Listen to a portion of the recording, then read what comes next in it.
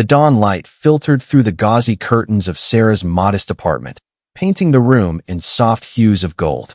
She stood frozen, her phone clutched tightly, as her childhood friend Toby stepped through the door. "Toby!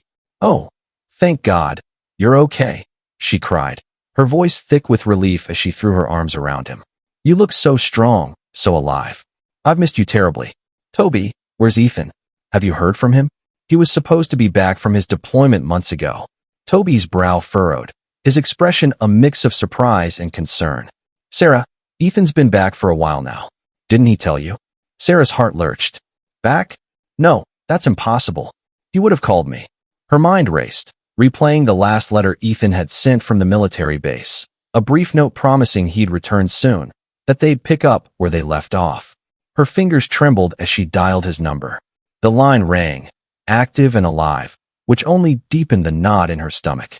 "His phone's on," she murmured, her voice barely audible. Why didn't he reach out?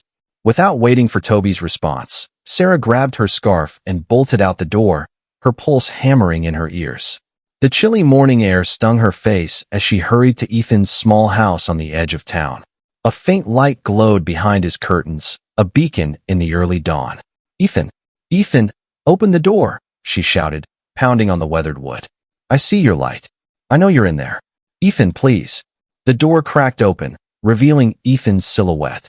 His face was gaunt, his eyes shadowed with something Sarah couldn't quite place. Pain, perhaps, or shame. "Go home, Sarah," he said, his voice low and rough. "I don't want you here." Her breath caught in her throat. "What are you saying?" "Ethan, let me in. Please." He shook his head, his jaw tight. "The mission changed me, Sarah. I'm not the man you knew. We can't be together anymore." Sarah's world tilted. "Changed you?" "Ethan, I love you," she said, her voice breaking.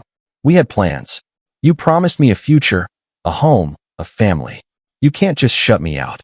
"I'm not the same," he said, his tone heavy with finality. "I've made my choice. You have your life, Sarah. Let me live mine."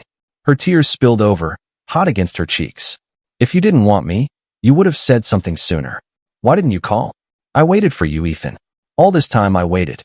His voice grew colder, sharper. "I didn't call because I don't need you. I don't need anyone. Get that through your head, Sarah. Just go." The door slammed shut, the sound echoing like a gunshot. Sarah stood rooted to the spot, her chest heaving with sobs. "I know you're hurting," she whispered to the closed door. "But I'm not giving up on you." Inside, Ethan leaned against the wall, his hands trembling. The weight of his words pressed down on him, each one a lie he'd forced himself to say. His friend Marcus, who had been visiting, stepped out of the shadows. "You're pushing her away, Ethan," Marcus said quietly. "She doesn't deserve that." Ethan's voice was barely a whisper. "She deserves better than me." Sarah, still outside, wiped her tears and turned to Marcus as he stepped onto the porch. "Marcus, please," she said, her voice raw. "I just need a moment. Could you ask Clara for some water?" Clara, Ethan's longtime housekeeper, appeared moments later with a glass, her eyes kind but guarded. "Here, Sarah," she said softly, handing it over. "You okay?" Sarah took a shaky sip, steadying herself. "I'm not okay," she admitted. "But I'm not leaving him.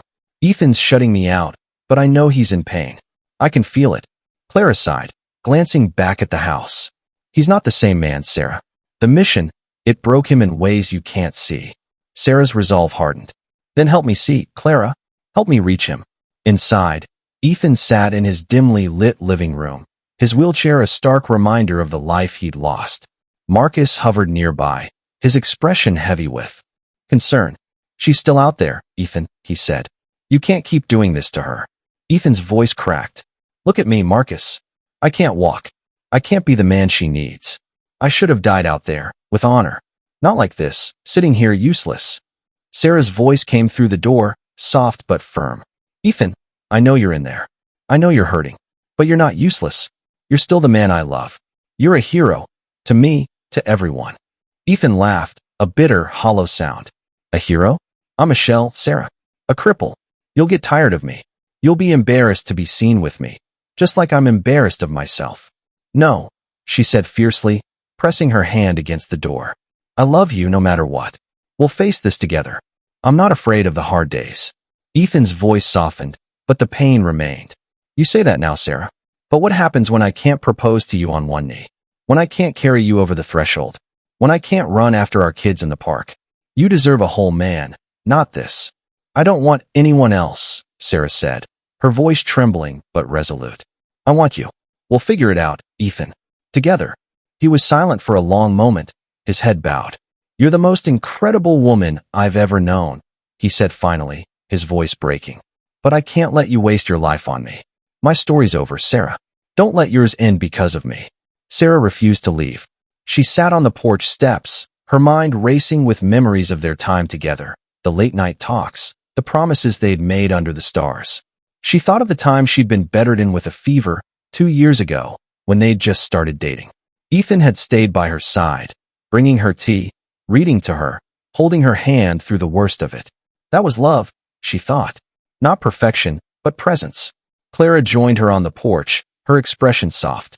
Sarah, Ethan's been through hell, she said. The mission took his legs, but it also took his confidence, his sense of self. Loving someone with a disability, it's a heavy load. Not everyone's cut out for it. I am, Sarah said, her voice steady.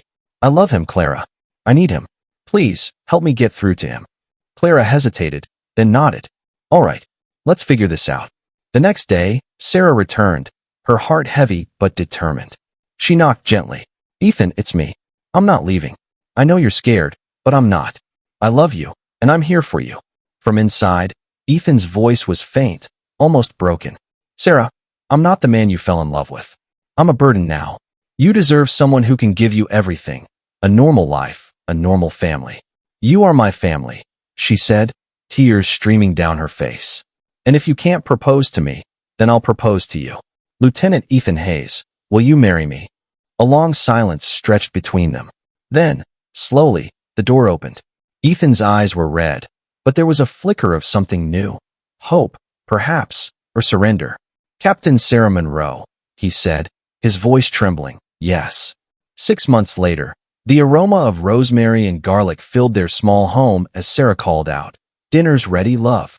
Ethan wheeled himself into the dining room, a tentative smile on his face. Smells amazing, Sarah, he said, reaching for her hand. Their journey hadn't been easy. There were days of frustration, of pain, of learning to navigate his new reality, but they faced it together, their love a quiet strength. Across town, Ethan's father, Charles, sat at an upscale restaurant, his face stern as he spoke to Ethan's old friend, Leo. I don't want my son's name tarnished, Charles said, his voice low. If Giorgio hears that Ethan's working some low-end job, this deal's finished. Keep him away from this table, Leo, or I'll handle it myself. Leo nodded, but his eyes betrayed his discomfort. Understood, sir. I'll take care of it. Back at home, Sarah and Ethan sat together, their fingers intertwined. The road ahead was uncertain, but they had each other. And that, Sarah thought as she looked into Ethan's eyes, was more than enough. Don't forget to like, subscribe, and hit the bell so you never miss a twist. And keep watching Reddit Tales Times, where every story comes with a surprise.